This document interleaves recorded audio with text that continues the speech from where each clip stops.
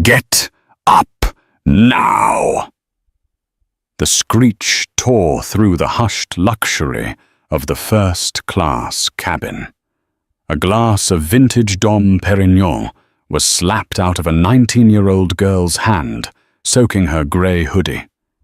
Every head turned. In seat 1A sat Maya, freezing in shock. Standing over her was a woman dripping in diamonds, screaming that a street rat had stolen her seat. The pilot threatened to arrest the girl. The passengers laughed. They thought they had won. They didn't know that the girl wasn't just a passenger. She was the only reason this airport was allowed to operate. And 5 minutes from now, nothing would be flying. The air inside the first-class cabin of Royal Horizon Flight 882 to London Heathrow smelled of leather, sanitized lemon, and old money.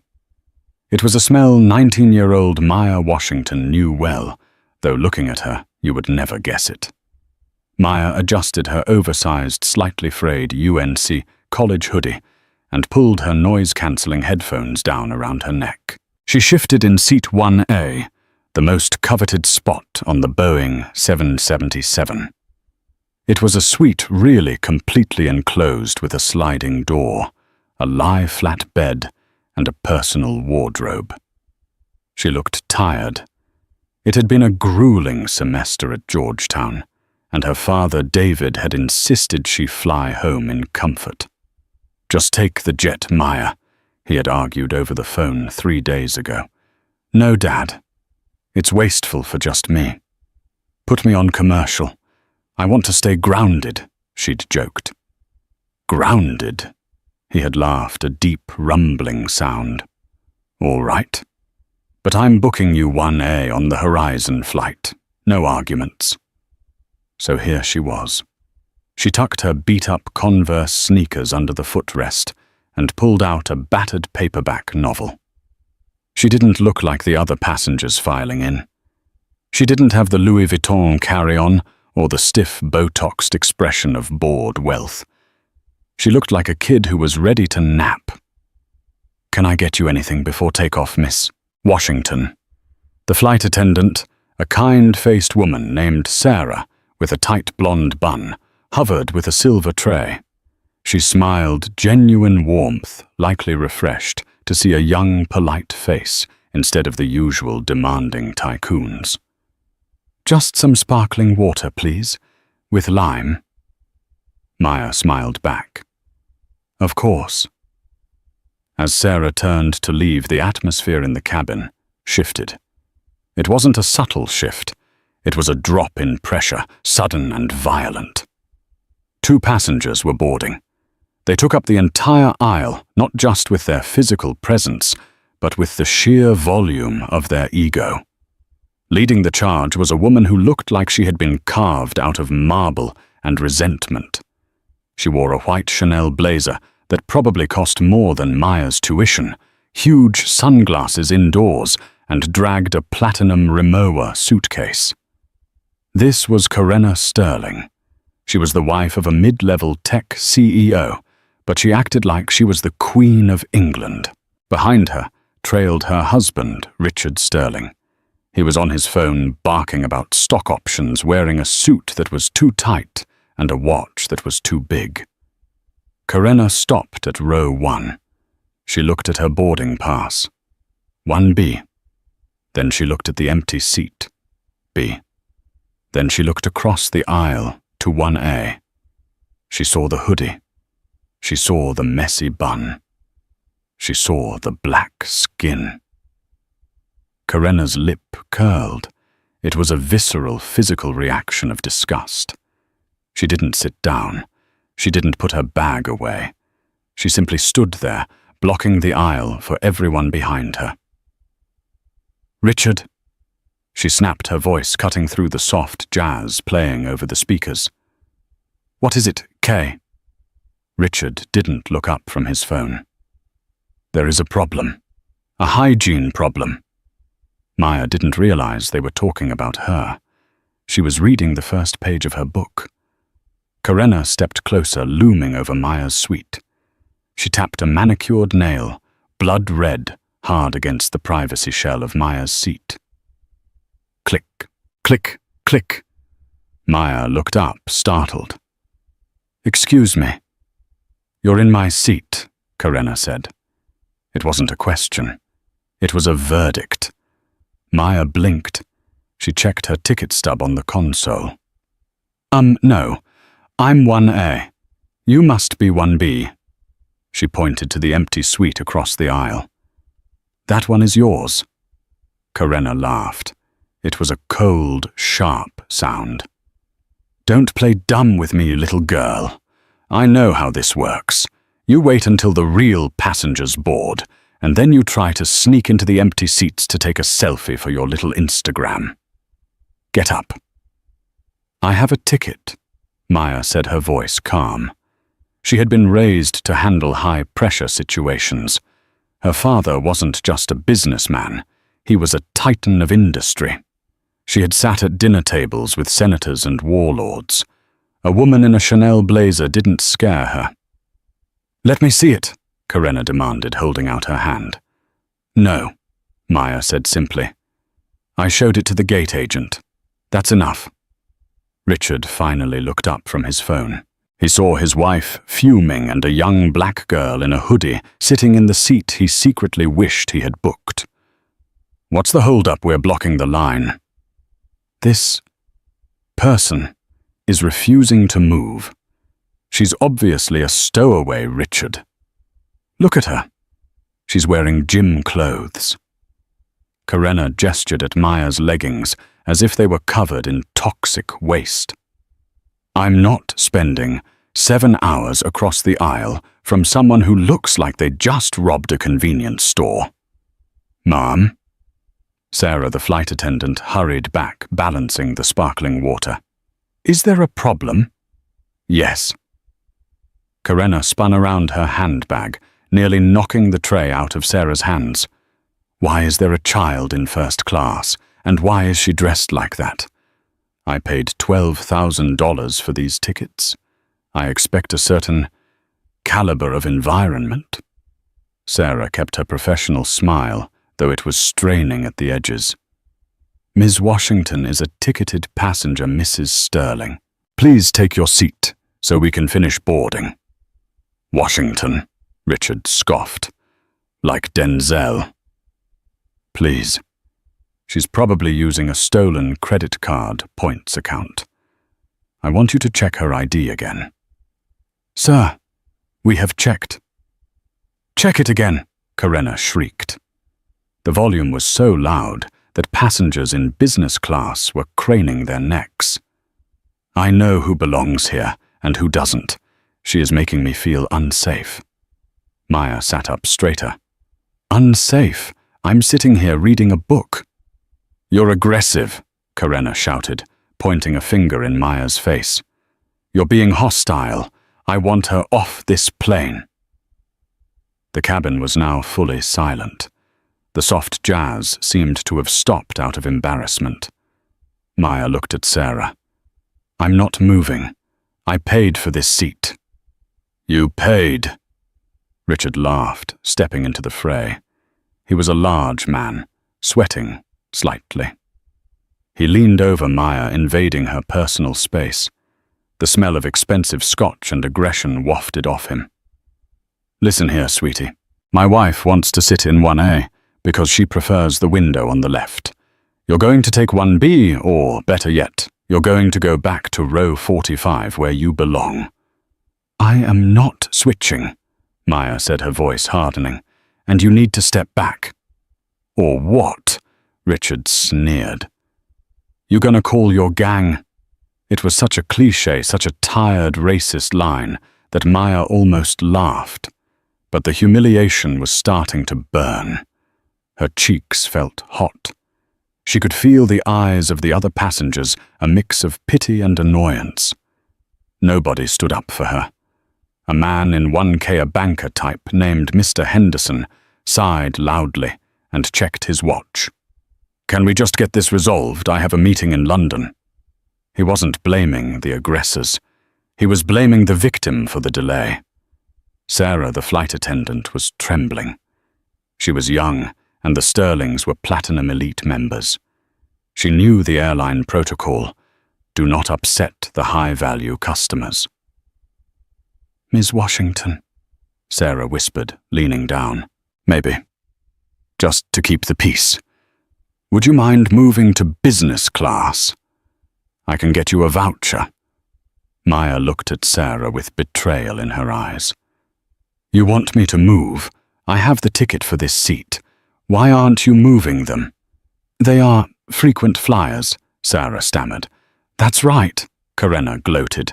She reached out and grabbed Maya's sparkling water from the tray Sarah was holding.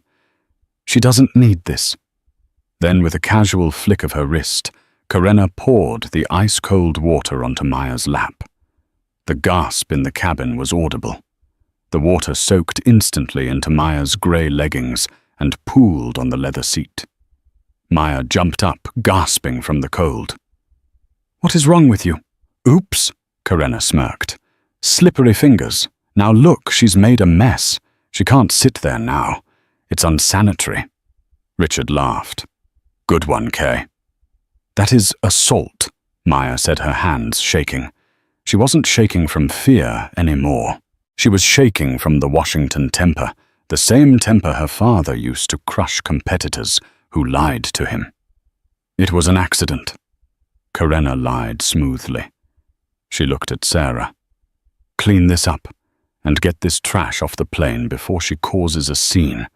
Look, she's shouting now. She's unstable." "I want the pilot," Maya said. Her voice was deadly quiet. "Get the pilot, now." "Oh, goody, let's get the captain," Richard mocked. "I'm sure he'll love to hear how a teenager is holding up his flight." Sarah ran to the cockpit. Moments later, Captain Miller emerged. He was a stern man with silver hair and little patience. He saw the wet seat, the angry wealthy couple, and the young black girl in a hoodie. He made a calculation. It was the wrong calculation. "What is going on here?" Miller barked.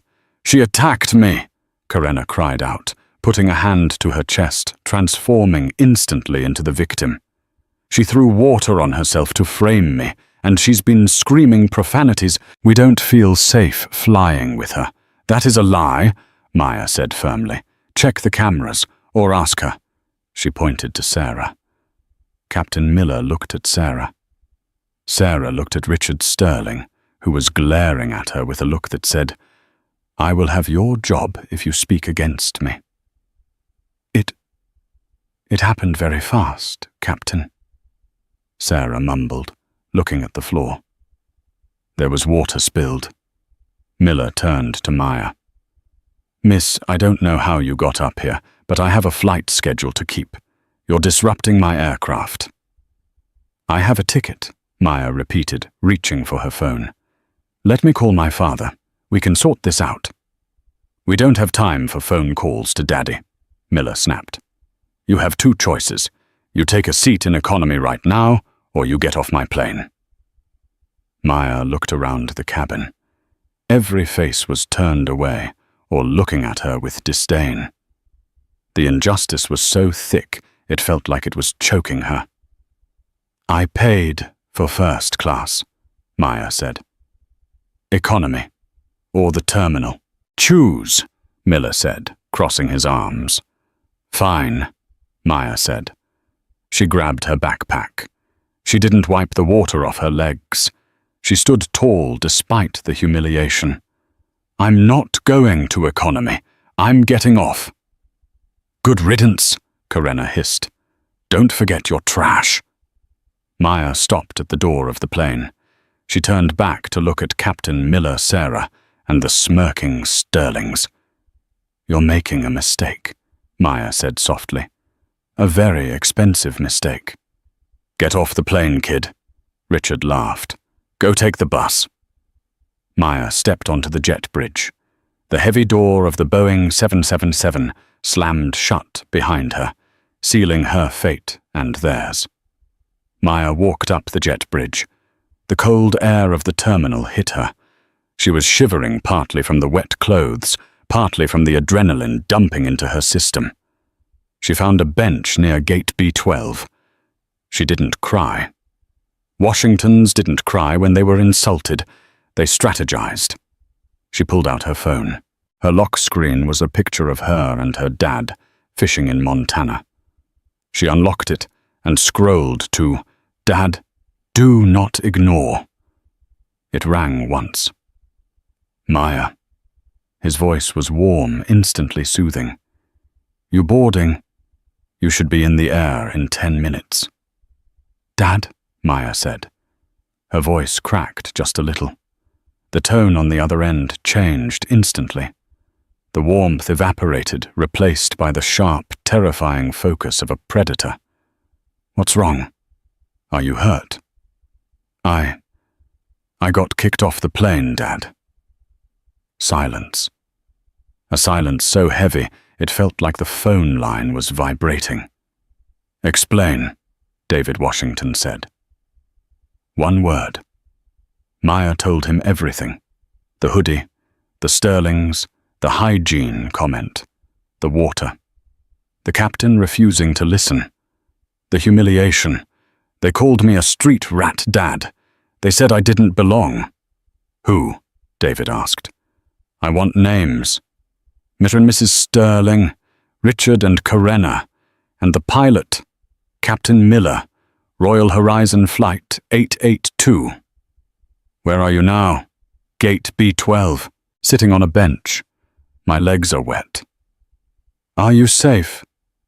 "Yes, just humiliated." "Maya," David said, his voice dropping an octave. It was a voice that commanded armies of employees and shifted global markets. "Wipe your face. Sit up straight. Do not move from that bench." "What are you going to do?"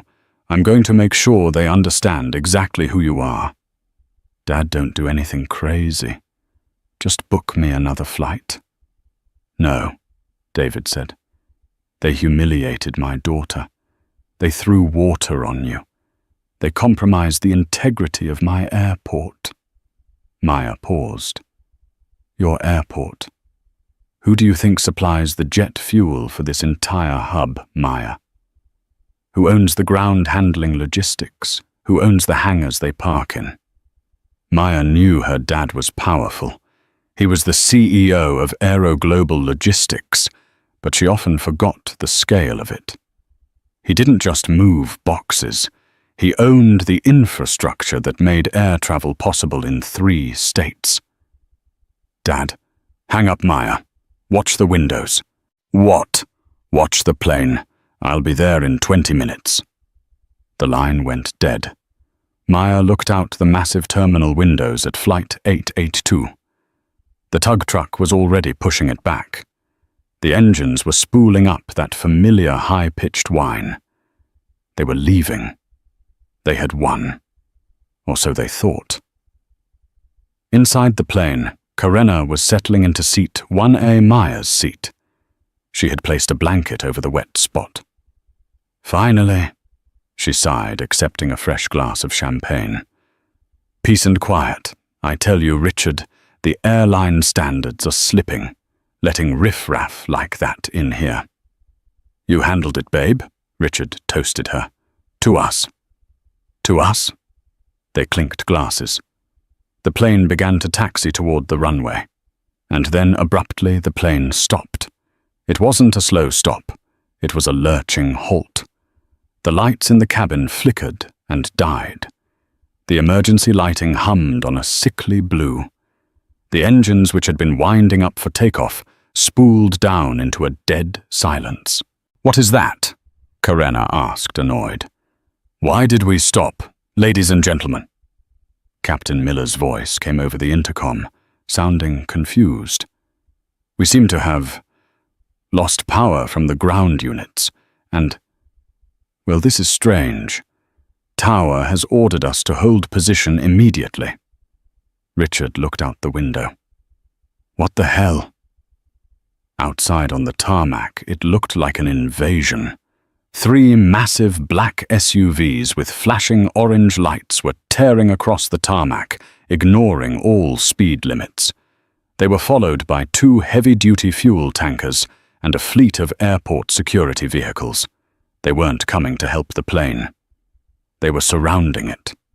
The SUVs screeched to a halt right in front of the Boeing 707's nose gear, blocking its path completely.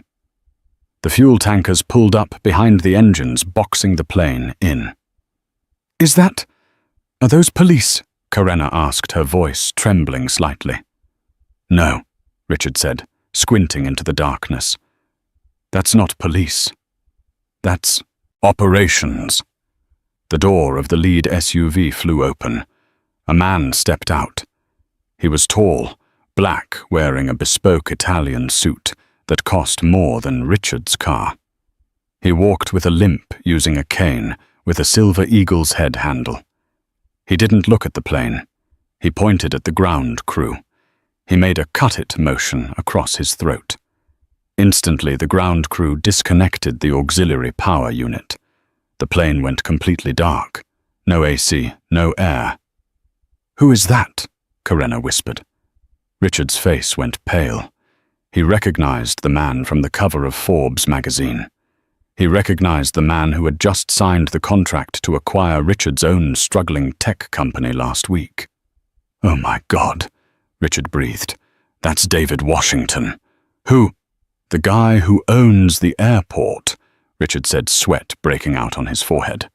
And I think that girl said her name was Washington. Inside the cabin of Flight 882, the atmosphere had shifted from annoyance to genuine fear. The modern Boeing 707, usually a marvel of engineering, had become a metal coffin. Without the auxiliary power unit APU or the engines running, the air circulation stopped immediately. The temperature began to rise. It wasn't a slow creep. With hundreds of bodies and the residual heat of the avionics, the cabin became stifling within minutes. The emergency lights cast ghoulish, flickering shadows across the faces of the first-class passengers. Karenna Sterling fanned herself with the safety card, her face flushed. This is ridiculous. Richard, tell them to turn the air on. I can't breathe. Richard was pale, staring out the window at the armada of black vehicles surrounding them. They can't, Karenna. The ground power is cut. We're dead in the water. Well, call someone. Call the senator, Karenna hissed. I have no signal, Richard whispered, holding up his phone. It's jammed. It wasn't technically jammed, but the dense positioning of the heavy logistical trucks and the interference from the secure comms channels outside had effectively created a dead zone. In the cockpit, Captain Miller was losing his composure. He toggled the radio to the tower. Tower, this is Horizon 882. We are being blocked by unauthorized vehicles, requesting immediate security assistance to clear the runway. Over. The radio crackled. The voice from the tower wasn't the usual air traffic controller. It was the airport director, Marcus Thorne. Horizon 882, this is Director Thorne. We cannot clear the vehicles. Those vehicles belong to Aero Global Logistics. They own the tarmac you are sitting on. They have declared a Level 4 security halt. Level 4. Miller wiped sweat from his brow. That's a terror threat. We are just a passenger flight. The report states that a passenger on board was assaulted, and the perpetrator is still at large within the cabin, and that the flight crew failed to neutralize the threat. Until the threat is removed, Aero Global has revoked your refueling and takeoff clearance. You are grounded, Captain. Miller stared at the radio. Assault. It was a spilled glass of water. Take it up with Mr. Washington, Captain. He is standing at your nose gear. Miller looked down. Through the cockpit glass, he saw the man in the suit, leaning against the landing gear, calmly checking his watch. It was a power move of terrifying proportions. David Washington wasn't just stopping a plane. He was showing them that time belonged to him. Back in the cabin, the murmurs were growing into shouts. "Why are we stopping? I have insulin in my bag. It's getting hot in here." Mr. Henderson, the banker in 1K, unbuckled his seatbelt. He stood up and looked at the Sterlings. The sheen of sweat on his forehead made him look severe. "You," Henderson pointed at Karenna. "This is because of you." Karenna gasped, clutching her pearls. "Excuse me. I am a victim here." "You kicked that girl off," Henderson said, his voice rising. "And now we are surrounded. That girl, she wasn't nobody, was she?" The realization rippled through the first-class cabin like a virus. The passengers who had previously been complicit with their silence suddenly found their moral compasses when their own comfort was threatened. "She said her name was Washington," a woman in row 2 whispered. "Does anyone know who runs this airport?" Richard Sterling shrank into his seat. He knew. He knew exactly who it was. He was currently holding 40% of his company's debt in a portfolio managed by a subsidiary of Aero Global. If David Washington squeezed Richard, wouldn't just lose his flight. He would lose his house, his car, and his life. "Richard," Karenna whined. "Do something." "Shut up," Richard snapped, a vein bulging in his neck. "Just shut up, Karenna. You have no idea what you've done." Suddenly, the heavy thud of the jet bridge, reconnecting to the fuselage, echoed through the plane.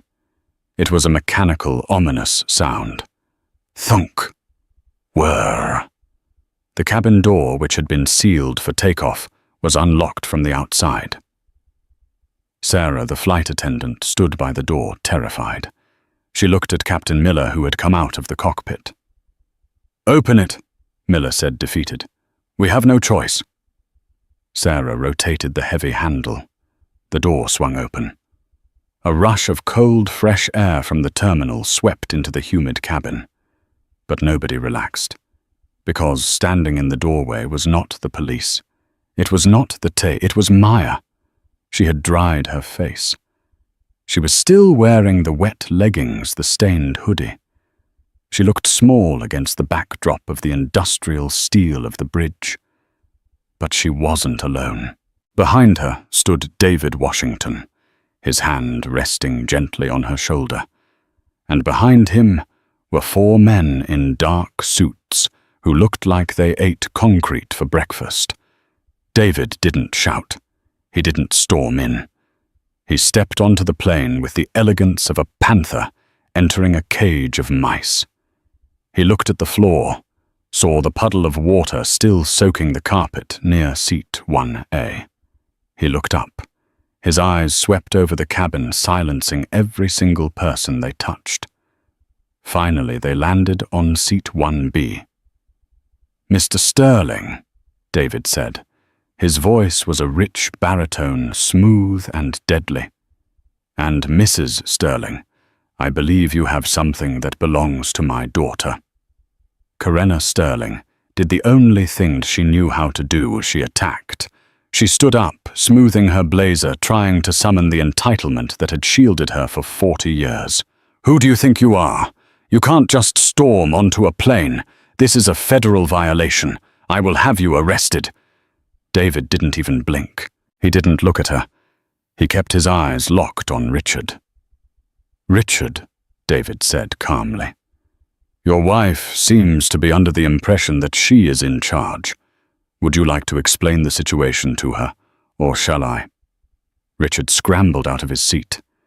He was sweating profusely, his expensive shirt clinging to his chest. "Mr. Washington." "David." "Sir. Please, this is a terrible misunderstanding. We didn't know who she was." "Ah," David stepped closer. The cabin was deadly silent. "You didn't know who she was. So if she was just a regular student, a girl with no name, treating her like trash would have been acceptable, is that it?" No. Of course not," Richard stammered. It was just... Tensions were high. We were tired. My daughter is tired, David said, his voice dropping to a whisper that carried more weight than a scream. She just finished finals. She wanted to come home. And instead, she was assaulted. I didn't assault anyone, Karenna shrieked. I dropped a glass. It was an accident. She's lying. David held up a hand. One of the men behind him, a burly security chief named Gavin, stepped forward, holding a tablet. He tapped the screen and held it up for the cabin to see. It was footage, not from the plane, but from a passenger in 2A who had been filming the drama for TikTok. The video showed Karenna clearly, intentionally, vindictively pouring the water. It showed the sneer on her face. It captured the audio perfectly. Oops, slippery fingers. The internet is a fast place, Mrs. Sterling, David said. This was uploaded 12 minutes ago. It has 300,000 views. Karenna's face went white. Now! David turned to Captain Miller, who was cowering near the galley. Captain, you hold a duty of care to your passengers. My daughter appealed to you for help. You threatened to arrest her. Sir, Miller stammered. I followed protocol for a disruptive passenger. Disruptive? David laughed, a dry, humorless sound. She was reading a book. You saw a black girl in a hoodie, and you saw a white woman in Chanel, and you made a choice. You chose the money. You chose the status. David reached into his pocket and pulled out a phone. He dialed a number on speaker. Yes, Mr. Washington, a voice answered. It was the CEO of Royal Horizon Airlines, Jonathan Vance. Jonathan, David said, I'm on flight 882. I'm looking at Captain Miller. He just facilitated a hate crime on your aircraft and kicked my daughter off the plane. He did what? Jonathan Vance's voice boomed. David, I am so sorry. Is Maya okay? She's wet. She's humiliated. And I am currently blocking your entire London corridor until this is rectified. Consider it rectified, Vance said. Put Miller on. David held the phone out to the captain. Captain Miller. Vance's voice was icy.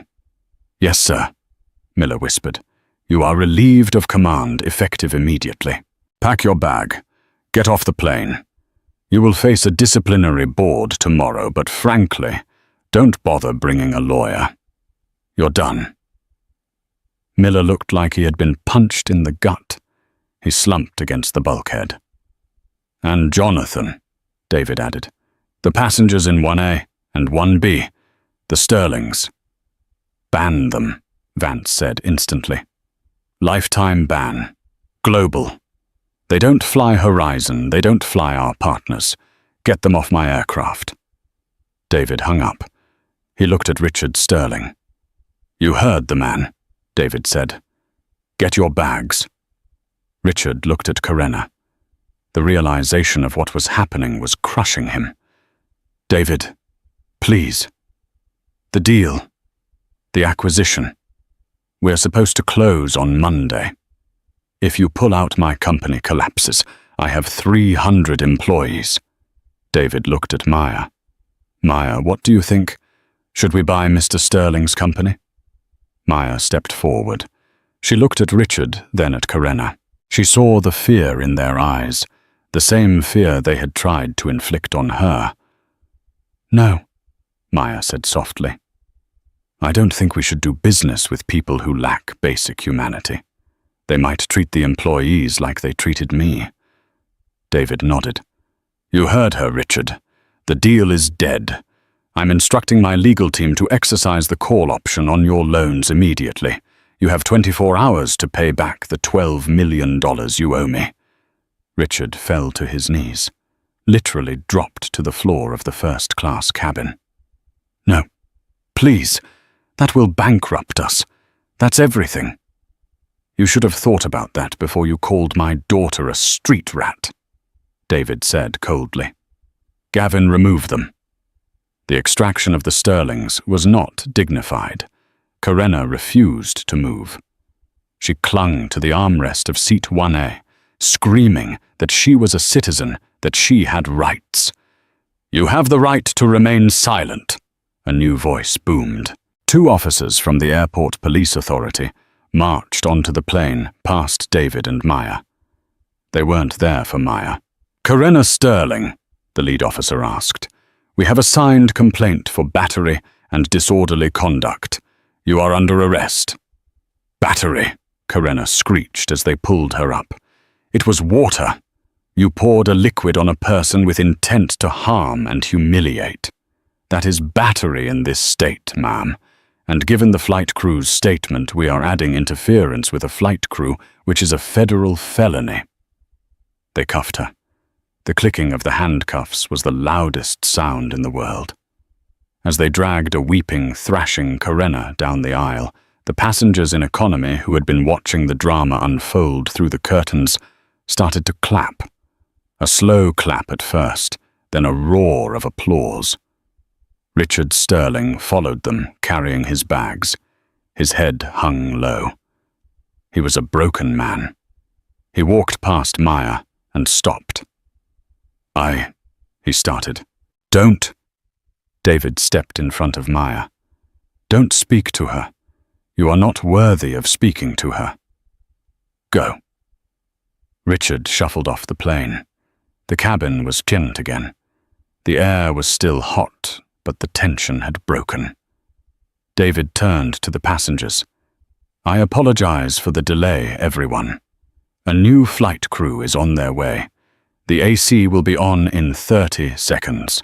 Open bar is on me for the duration of the flight." A cheer went up from the cabin. David turned to Maya. "Come on, baby girl. We're going home." "I'm not flying," Maya asked, looking at the empty seat. "Not on this plane." David smiled. "The jet is warmed up. Mom is waiting. And I think you need a shower and some dry clothes." They walked off the plane together. As they stepped onto the jet bridge, Maya looked back one last time at seat 1A. It was empty, wet, and sad. She turned to her father. "Dad, yeah, did you really buy the debt on his company?" "I did," David said, checking his phone as they walked toward the terminal, where the private shuttle was waiting. "And I just sold it to a liquidation firm for pennies on the dollar. By the time Richard gets out of the taxi rank, his keycard won't work at his office." "That's brutal," Maya said. "It's business." David put his arm around her. "But defending you, that's personal.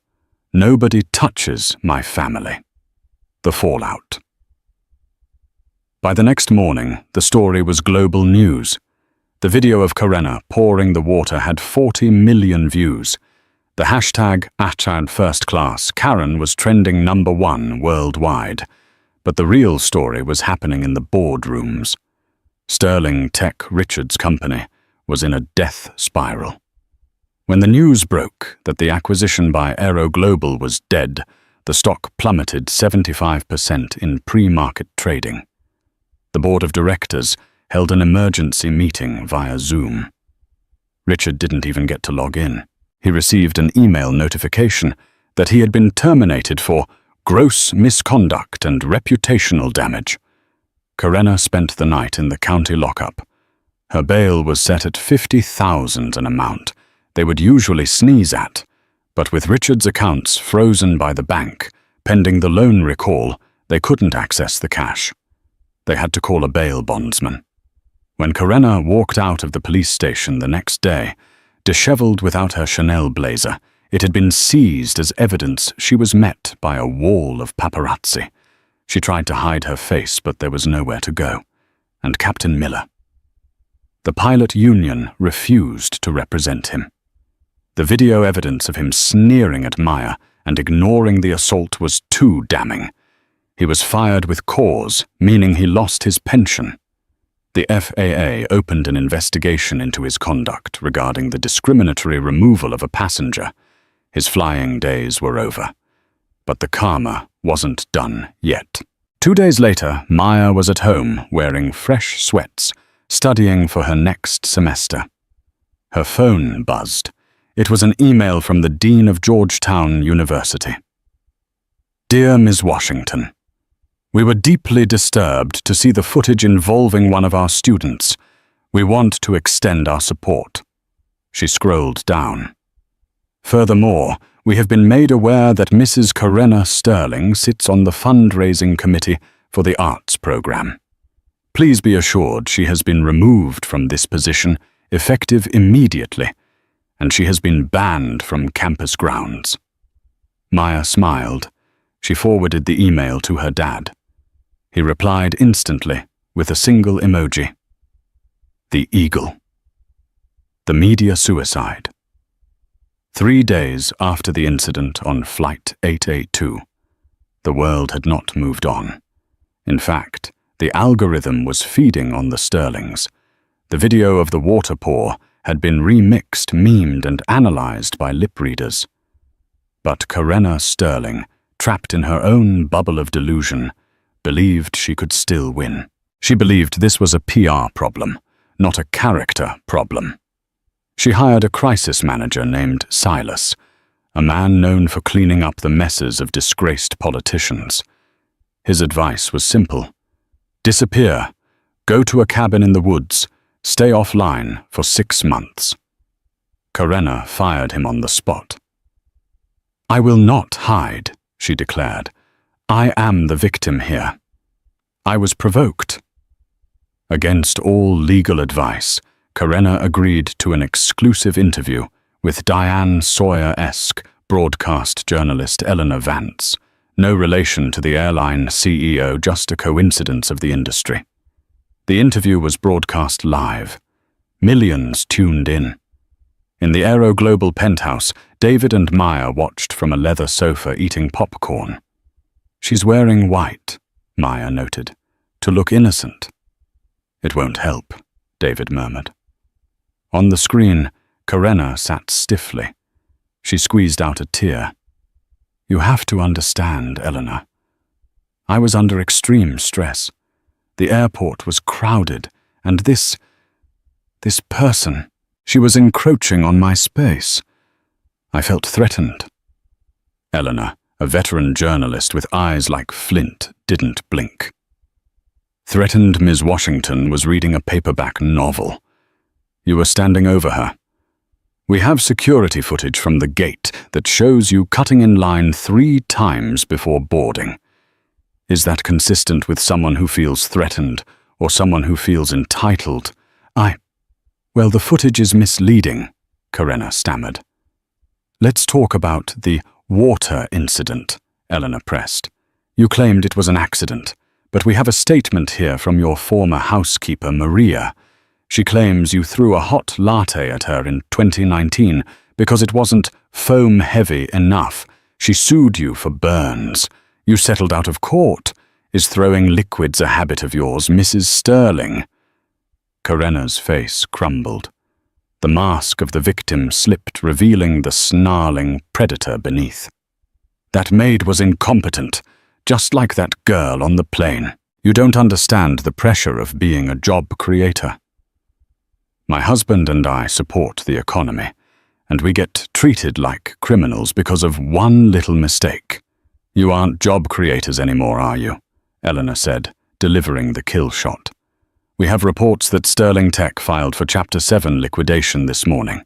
You're broke, Karenna. Karenna stood up, ripping her microphone off. Cut the feed. This is a setup. I'll sue you. I'll sue everyone. The screen went black. Maya looked at her dad. She didn't know. Richard didn't tell her yet. David replied, taking a sip of his drink. He was hoping to fix it before she found out. Too late. The repo men. The reality of hard karma isn't just about losing a job. It's about the slow, agonizing dismantling of a lifestyle. For Richard Sterling, the end didn't come with a bang, but with the squeak of rubber soles on marble. He sat in the foyer of his $6 million mansion in the Pacific Palisades. The front door was open. A team of movers was efficiently, quietly stripping the house. But these weren't movers he had hired. These were asset recovery agents. "Careful with that painting," Richard shouted instinctively as two men lifted a Basquiat print off the wall. "That's an original," the lead agent. A man with a clipboard didn't even look up. "It's lot number 404, Mr. Sterling. It belongs to the creditor trust now." "I have until Monday," Richard pleaded, sweat dripping down his nose. "My lawyer said I have until Monday to refinance. The clause was accelerated, sir. Gross misconduct triggers an immediate recall of all collateral. You signed the contract." Richard slumped onto the stairs. He watched his life leave the house. The grand piano, the imported sculptures, the wine collection. It was all going into trucks labeled Aero Global Asset Management. Then the driveway gravel crunched. Karena's Mercedes, which she still had, screeched to a halt. She stormed in fresh from her disastrous interview. "Richard?" "My credit card was declined at the gas station." The attendant cut it up. "Do you have any idea how embarrassing that was?" She stopped. She saw the empty walls. She saw the men packing up the antique rug she loved. "Richard." Her voice trembled. "What is happening?" "It's over." "Kay," Richard whispered, putting his head in his hands. "David Washington didn't just buy the company debt. He bought the personal guarantees, the house, the cars, the boat. It's all his." "No." Karena shook her head, her eyes wide with a manic refusal to accept reality. "No." "Call him, apologize, beg him." "I tried," Richard screamed, finally snapping. "I called his office 50 times. I sent emails. I even sent a handwritten letter." "He won't speak to me." "Then we go to him," Karena hissed. "We go to his office and we don't leave until he fixes this." The final meeting. David Washington didn't usually take meetings with people he had destroyed. He preferred to let the lawyers handle the debris. But Maya had asked for this. "I want them to see," she had said. "I want them to see that it wasn't about the seat. It was about the dignity." So on a rainy Tuesday, Richard and Karena Sterling were granted a 15-minute slot at the Aero Global headquarters. They didn't arrive in a limo.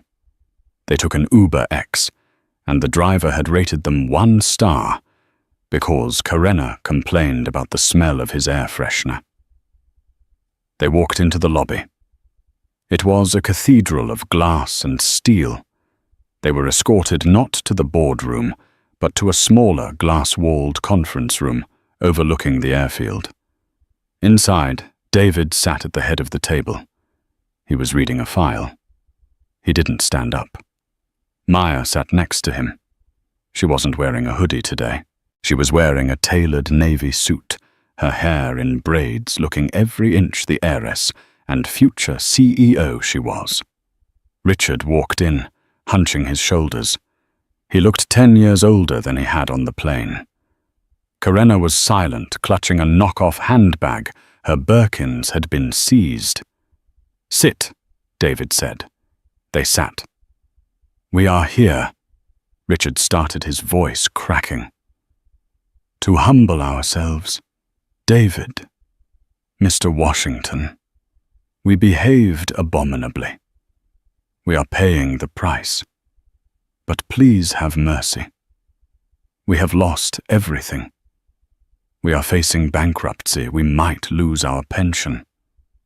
We are willing to make a public apology," Karena added, trying to sound negotiating. "A joint press conference. We will say whatever you want." David closed the file. He slid it across the table. "Open it." Richard opened the folder. Inside was a legal document. "What is this?" Richard asked. "That whole..." Maya spoke up, her voice clear and strong, "is the deed to your house and the ownership papers for Sterling Tech." Richard's eyes lit up. Hope, cruel and bright, flared in his chest. You're giving it back." "No," Maya said. She stood up and walked to the window, looking out at the planes taking off. "Do you know what I study at Georgetown, Mrs. Sterling?" Maya asked. Karenna blinked. "Business, sociology and civil rights law," Maya said. "I wrote my thesis on the intersection of wealth and systemic inequality." She turned back to them. "When my father acquired your company, we did an audit. We found that you were underpaying your female staff by 20%. We found emails from you, Richard, mocking your custodial staff. We found that you illegally denied overtime pay to your junior developers." Richard went pale. Everyone does that. It's the industry." "Not anymore," David said. "I dissolved Sterling Tech yesterday." "Dissolved it?" Richard gasped. "But the IP, the software." "We kept the software," David said. "And we transferred all 300 employees to a new division of Aero Global. They all kept their jobs. In fact, we gave them a 15% raise and full benefits. They are very happy. They don't miss you." "And the house," Karenna whispered. "My beautiful house. It is a beautiful house," Maya agreed. "That's why we donated it." "Donated it?" Karenna looked like she was going to be sick. "It is now the Maya Washington Transitional Housing Center," Maya smiled. "It will provide temporary luxury housing for single mothers who are finishing their college degrees. The first 4 families move in on Friday. They are going to love the pool." Silence. Absolute crushing silence. Richard stared at the table. The magnitude of his loss was total. His legacy wasn't just gone. It had been inverted. Everything he had built to exclude people was now being used to elevate the very people he looked down on. "Why?" Richard croaked. "Why go this far? You won. You kicked us down. Why bury us?" David leaned forward. The predator was back in his eyes. "Because you didn't just insult my daughter, Richard. You tried to make her feel small. You tried to make her feel like she didn't belong in the sky. So I decided to ensure that the only place you will ever belong is the ground." David pressed a button on the intercom. "Security. Escort the guests out." "Wait." Karenna stood up. "What about us? What do we do?" David shrugged. "I hear the bus is hiring drivers. It's honest work. You'll be transporting people, just like a pilot." The final twist. As the security guards led the broken couple to the elevator, Maya called out, "One more thing." Richard turned back. He looked hollow.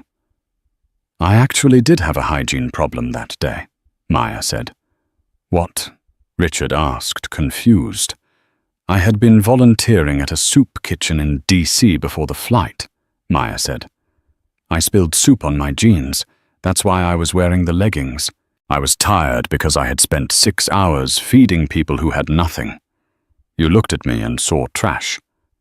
But the people at that shelter looked at me and saw a savior." She paused. "Character isn't what you wear, Mr. Sterling. It's what you do when you think no one is watching. And you're ugly. Inside and out."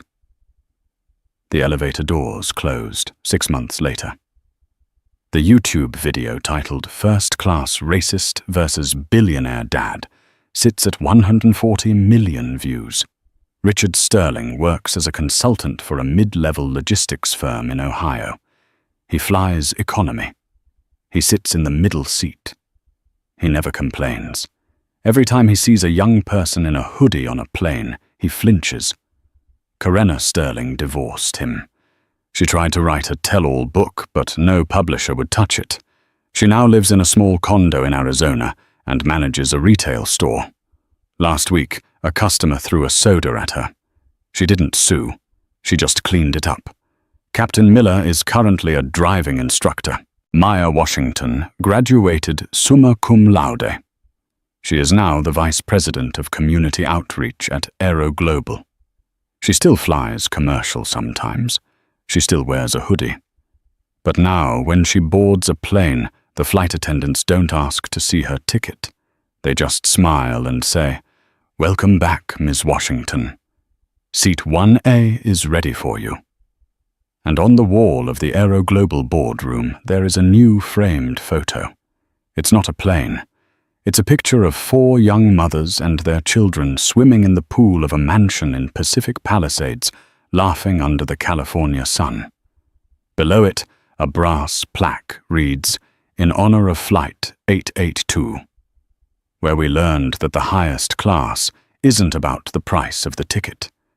And that is the story of how one moment of arrogance cost a couple their entire empire. It's a brutal reminder that you never truly know who you are talking to. In a world where cameras are everywhere and "do you know who I am" is a dangerous game, the Sterlings learned the hardest lesson of all.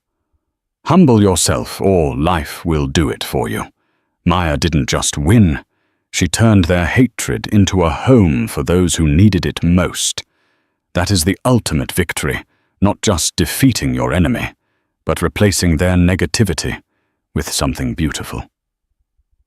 What would you have done if you were David Washington? Was taking their house too far? Or was it exactly what they deserved? Let me know in the comments below. If you enjoyed this story of extreme karma and justice, please smash that like button. It really helps the channel. Don't forget to subscribe and hit the bell notification so you never miss a story. Thanks for watching and stay humble.